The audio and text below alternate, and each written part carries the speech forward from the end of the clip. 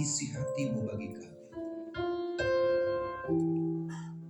Tolong kami Tuhan, mampukan kami untuk menangkap apa yang menjadi kehendak-Mu lewat kebenaran. Mampukan kami untuk mengaplikasikannya dalam kehidupan kami sehari-hari, sehingga nama Tuhan dipuji dan dipermuliakan. Di dalam nama Yesus kami berdoa. Haleluya. Amin. Amin. Silakan duduk. Haleluya. Ini kipasnya terlalu kencang. Buat pakai tuas aja. Haleluya. Shalom. Tuhan. Saya ucapkan banyak danke buat Ibu Gembala dan Bapak Gembala atas kepercayaan yang diberikan kepada saya untuk menyampaikan firman Tuhan pada saat malam hari ini. Tuhan Yesus memberkati kita. Bersama kita juga ada rekan-rekan hamba Tuhan, ya. Tuhan memberkati kita semua, ya. Ada Pak Ketua MD Jawa Barat, ya, Bapak Yohanes. Ada juga Bapak Gembala. Ingat tapi lupa saya, ya. Tapi pernah ketemu, ya.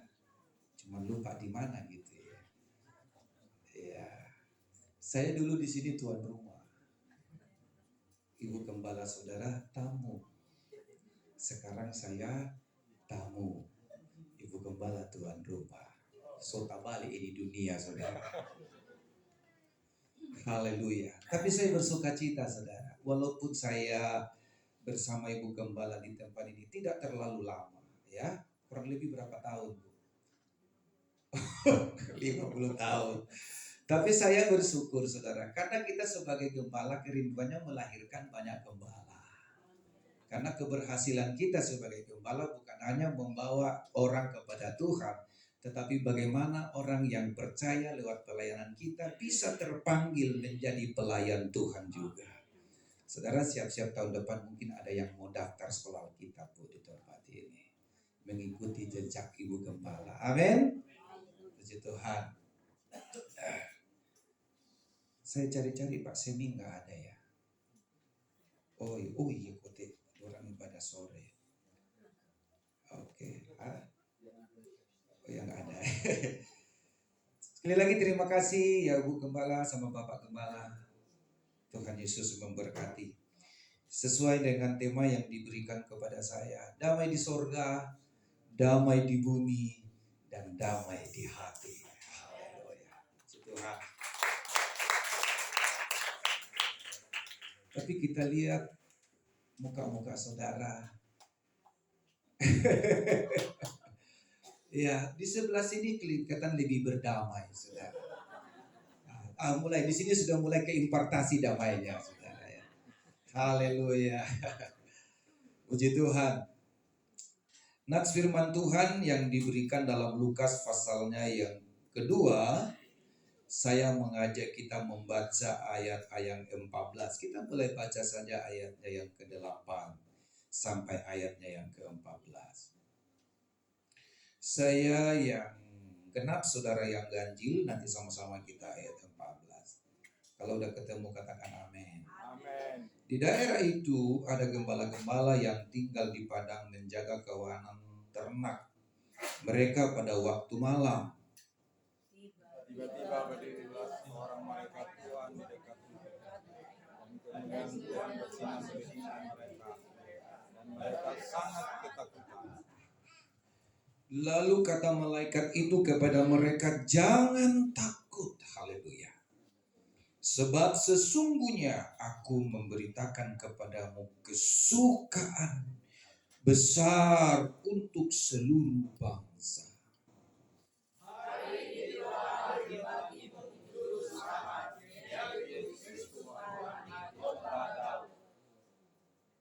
Dan inilah tandanya bagimu, kamu akan menjumpai seorang bayi dibungkus dengan lampin dan terbaring di dalam palungan.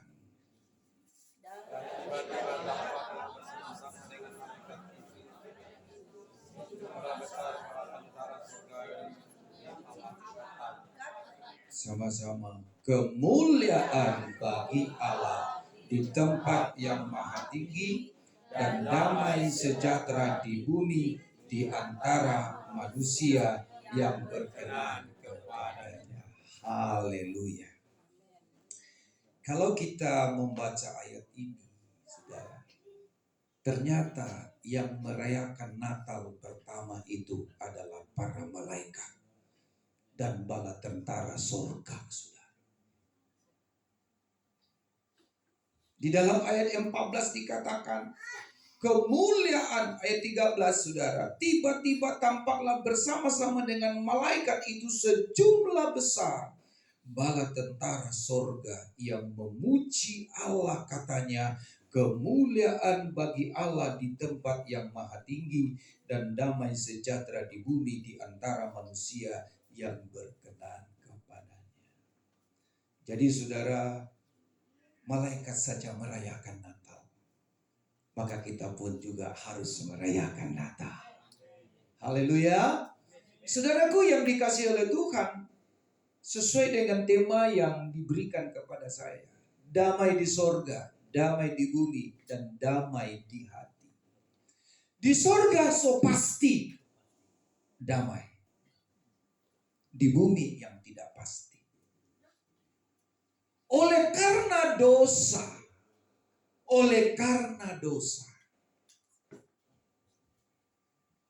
manusia dengan Allah itu berseteru. Ya. Jadi saudaraku, ketika manusia pertama yang diciptakan oleh Allah biasa bercakap-cakap di Taman Eden dengan Allah. Tetapi ketika manusia melanggar perintah Tuhan, semua boleh kamu makan buahnya, kecuali yang satu ini yang tidak boleh. Tetapi saudara, manusia melanggar. Pada saat itulah manusia kehilangan kemuliaan Allah. Allah memalingkan mukanya terhadap manusia. Manusia tidak bisa lagi bercengkerama dengan Tuhan, dan Tuhan pun tidak bisa juga bercengkerama dengan manusia. Dibatasi oleh yang namanya dosa. Dosa itu bagaikan tembok yang tebal yang membatasi manusia dengan Allah. Sehingga ketika Tuhan datang ke Taman Eden, manusia mendengar telapak kaki Tuhan berjalan, tapi mereka sudah tidak melihat Tuhan. Sebaliknya juga, Tuhan gak bisa lagi melihat manusia. Karena apa? Kekekalan, kemuliaan itu hilang.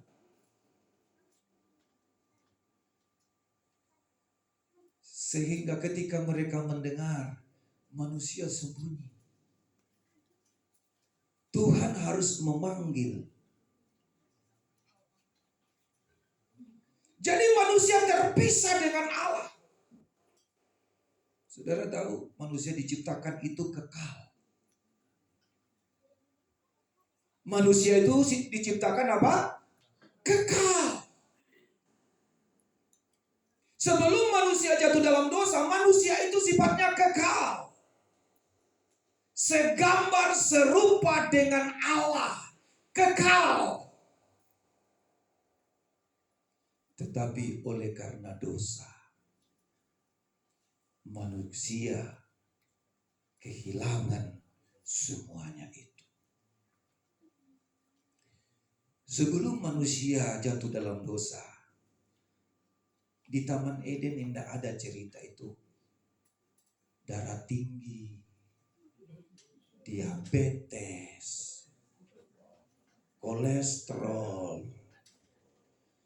pegelino, encok, demam, apalagi demam berdarah. Di Taman Eden tidak ada itu.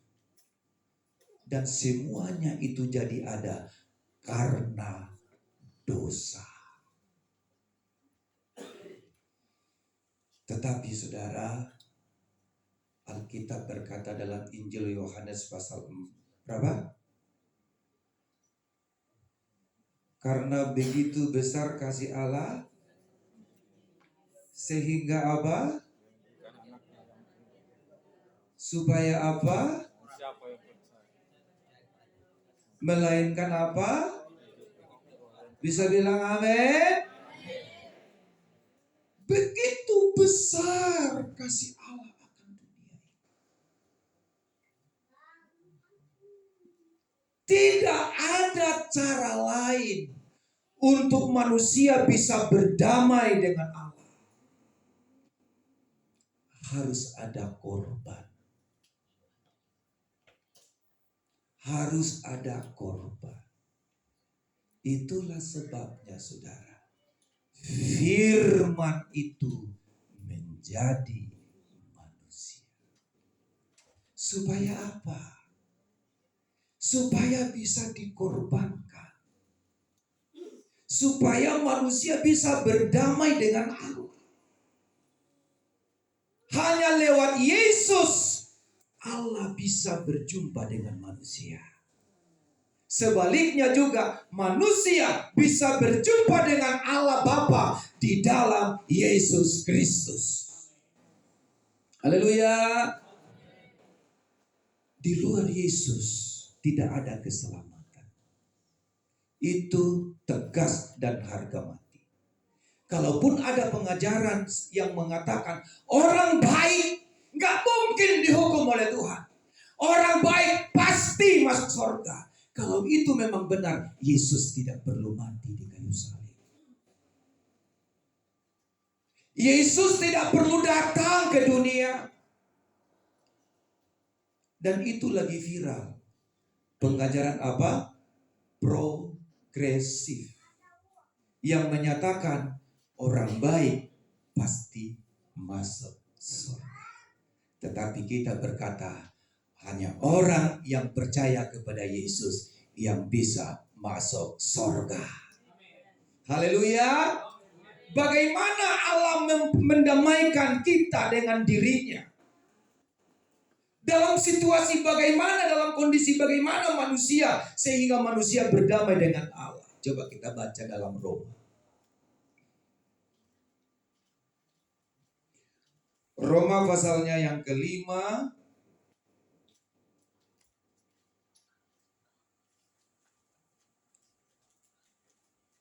Kita baca ayatnya yang ke-10.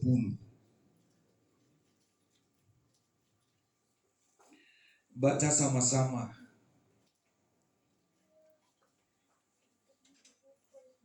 Sudah ketemu? Kita baca 1, 2, 3. Sebab jika kita masih berseteru, diperdamaikan dengan Allah oleh apa? Kematian anaknya. Lebih-lebih kita yang sekarang telah diperdamaikan pasti akan diselamatkan oleh hidupnya. Bisa bilang amin? Haleluya. Kita yang sudah berdamai. Perdamaian itu terjadi lewat Yesus. Katakan sama-sama, saya berdamai dengan Allah lewat Yesus. Hanya lewat Yesus ada perdamaian dengan Allah. Orang yang di luar Yesus masih seterunya Allah. Katakan sama-sama, di luar Yesus masih seterunya Allah. Saudara mau berseteru dengan Allah? Karena itu kita ikut Yesus terus. Haleluya. Jadi Tuhan menyatakan kasih-Nya kepada kita, saudaraku, waktu kita berseteru dengan Allah. Jadi dosa itu sama dengan berseteru dengan Allah. Coba kita lihat ayat yang lain, saudara. Di pasal ayat 6, pasalnya yang kelima. Karena waktu kita masih lemah, Kristus telah mati untuk kita, orang-orang durhaka, pada waktu yang ditentukan oleh Allah. Jadi kita bukan hanya seteru, tetapi disebut juga Alkitab, kita orang durhaka. Apa artinya durhaka? Saudara tahu cerita Malin Kundang? Malin Kundang itu disebut apa? Anak durhaka. Saudara pernah lihat patungnya di pantai air manis di Padang? Itu masih ada. Saya tidak tahu apakah benar itu cerita, apakah itu dongeng, tetapi ada. Teluk Bayur naik gunung, dapat pantai, disitulah patungnya Malin Kandung. Haleluya. Ternyata Tuhan menunjukkan kasih-Nya kepada kita pada waktu kita berseteru, pada waktu kita durhaka. Haleluya. Coba baca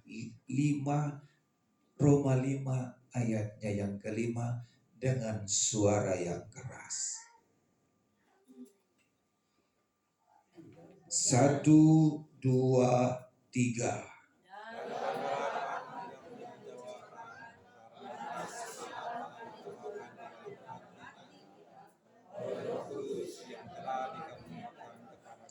Bisa bilang amin. Haleluya. Dan kasih itu, perhatikan baik-baik. Kasih itu Dia sudah impartasikan ke dalam hati kita oleh Roh Kudus. Inilah yang membuat kita lebih unggul dibanding orang yang di luar sana. Karena di dalam kita ada kasih Allah. Katakan sama-sama dengan saya, di dalam saya ada kasih Allah. Amin. Haleluya. Kasih yang bagaimana? Kasih yang mampu menerima orang yang berseteru dengan kita. Kasih itu adalah kemampuan untuk menerima orang durhaka. Dan kasih itu ada di dalam hati saya dan saudara. Jadi sekali lagi saya katakan, saudara dan saya lebih unggul dibanding orang di luar sana. Apa yang membuat kita lebih unggul?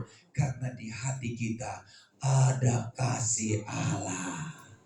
Ada kekuatan Allah. Ada kemampuan Allah di dalam hati kita. Itulah sebabnya ayat ini mengatakan diawali, pengharapan tidak mengecewakan. Karena kasih Allah itulah yang membuat semua pengharapan kita tidak mengecewakan. Haleluya. Jadi saudara, kalau kita orang Kristen, saya menemukan tidak sedikit suami kecewa dengan istrinya.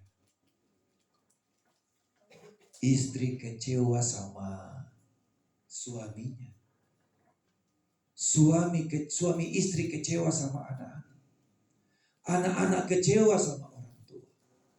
Kalau itu masih ada dalam hidupmu, itu tanda tanya besar. Kita perlu mengoreksi. Di hati kita ada kasih Allah. Tidak kecewanya di sini, saudaraku, bukan karena pengharapan kita itu selalu sesuai yang kita harapkan. Biasanya kecewa karena apa? Karena cinta. Sudah menikah, bro? Belum? Mau cepat menikah? Amin.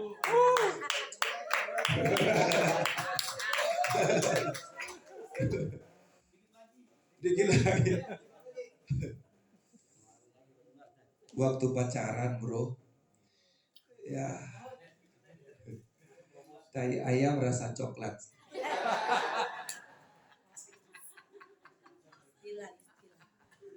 Itu benar, itu hanya sebuah istilah. Itu memang saya alami. Tapi setelah menikah, tai ayam lebih bau daripada tai ayam.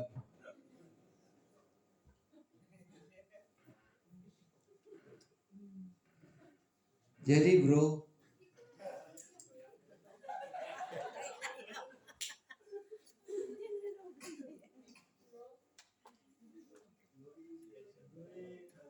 sudah siap?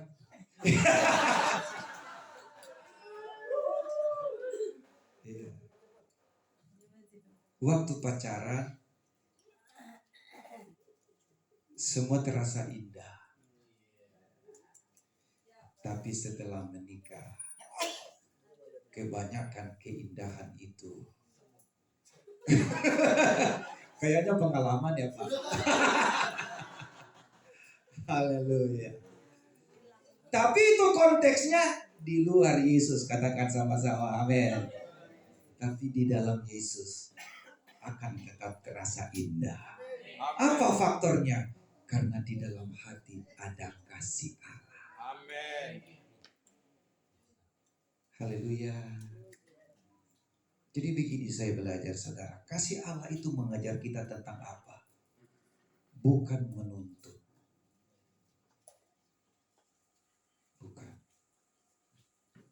Bukan menuntut orang lain. Bukan. Tapi menuntut diri sendiri.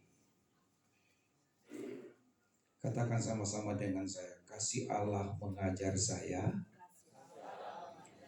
bukan menuntut orang lain, melakukan apa yang saya mau, tetapi menuntut diri sendiri, melakukan apa yang Tuhan mau. Bisa bilang amin. Haleluya. Hai suami-suami, jangan kasar kepada istrimu. Gak sedikit suami sampai sekarang masih kasar. Tapi di sini saya percaya gak ada yang ngaku. Haleluya. Hai istri-istri, tunduklah kepada suamimu.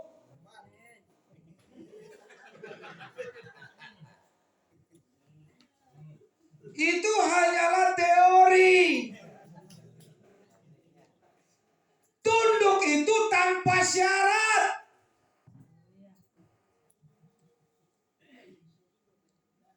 Amin. Haleluya.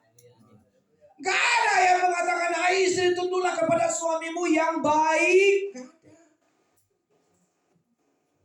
Mau baik, mau kagak baik, itu sudah suamimu belajar tunduk. Kalau sama yang kelihatan Anda gak tunduk, bisa gak dijamin Anda tunduk sama Tuhan? Omong kosong. Dengar baik-baik. Dan ini hanya ada di dalam Yesus. Hanya Yesus yang memampukan kita untuk tidak berlaku kasar kepada istri kita. Hanya Yesus yang memampukan kita untuk tunduk dan hormat kepada suami kita. Di dalam Yesus itu pasti ada. Itulah sebabnya saudara, di dalam Injil Yohanes 15 ayat yang kelima, tinggallah di dalam Kristus dan Kristus di dalam kita, baru bisa berbuah, baru karakter kita diubahkan. Saudaraku yang dikasihi oleh Tuhan, kalau kita ngomong damai di bumi, usaha kita apapun itu semuanya hanya sia-sia, saudara. Dan mungkin itu terjadi kedamaian antara kita dengan yang lain kalau Yesus ada di hati kita. Haleluya.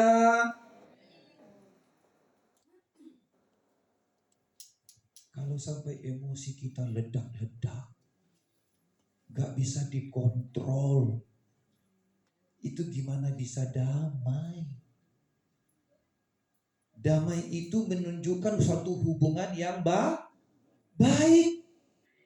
Damai itu berbicara tentang hubungan. Ketika kita berdamai dengan Allah, dampaknya adalah ada kedamaian antara keluarga.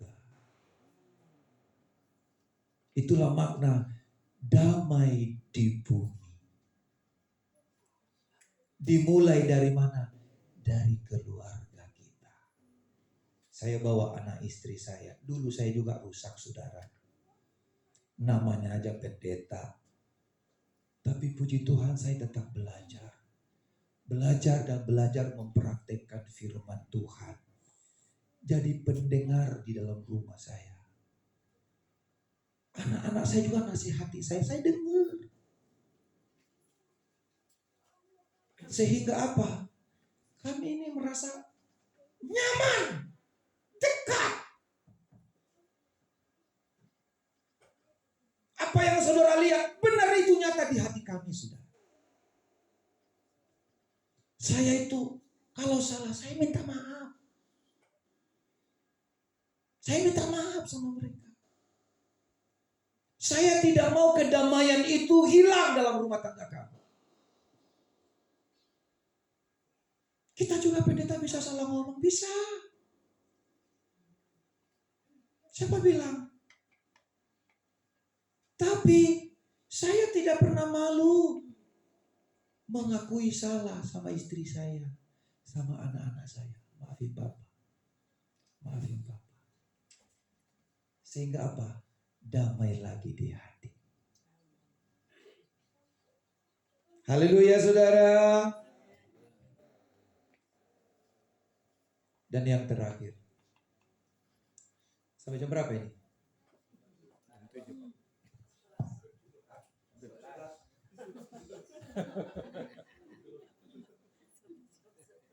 Enak saudara, enak saya. Saya berdiri, saudara duduk.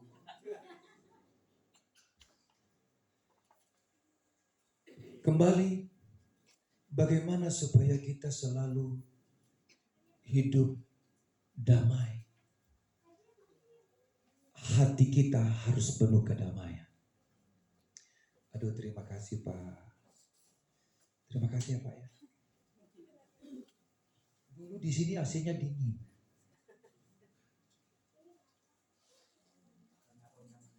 Oh haleluya. Saya nggak tahu tensi saya berapa. Setiap kali saya ketemu Pak Ketua si MD, tensi saya selalu naik, saudara. Gak tahu kenapa. Haleluya. Supaya Pak Ketua saya ketawa saja. Pokoknya setiap kali pertemuan tensi tinggi terus saya. Padahal saya berharap rendah, tinggi terus. Sama Pak Widodo juga. Ini kayaknya kami saingan. Dan Pak Widodo juga bilang, kalau saya di rumah tensi normal. Kalau pertemuan naik. Haleluya. Puji Tuhan. Kita baca Roma 14 ayat 17. Kita baca sama-sama 1, 2, 3. Sebab kerajaan Allah bukan soal makan dan minum, tetapi soal kebenaran, damai, sejahtera, dan sukacita oleh Roh Kudus. Yang terakhir adalah damai di hati. Bagaimana supaya kita itu setiap hari hidup dalam damai? Karena dampaknya itu adalah kepada hubungan. Kalau kita sudah berdamai dengan Allah, pasti dampaknya itu ada kedamaian. Tetapi di sini kita melihat banyak karena soal makan, kita kehilangan damai. Saya khawatir nanti di sini habis Natal, bagi-bagi makanan ada yang nggak dapat. Tuhan ingatkan ayat ini, kalau nggak dapat, tinggal mampir aja di warteg. dia warung Padang. Nggak usah karena itu kita kehilangan apa? Damai. Ya, lalu sampai pulang lagi ngomel-ngomel, kita sudah sumbangnya banyak lagi, kita nggak dapat nasi. Tapi di sini nggak ada, men. Artinya apa? Saya mau katakan untuk hidup damai setiap hari, dan damai yang diberikan Tuhan itu sifatnya tidak situasional. Katakan sama-sama dengan saya. Damai dari Tuhan tidak situasional. Sifatnya apa? Kekal. Amin. Situasional bagaimana, saudara? Kalau ada uang, senang. Enggak ada uang,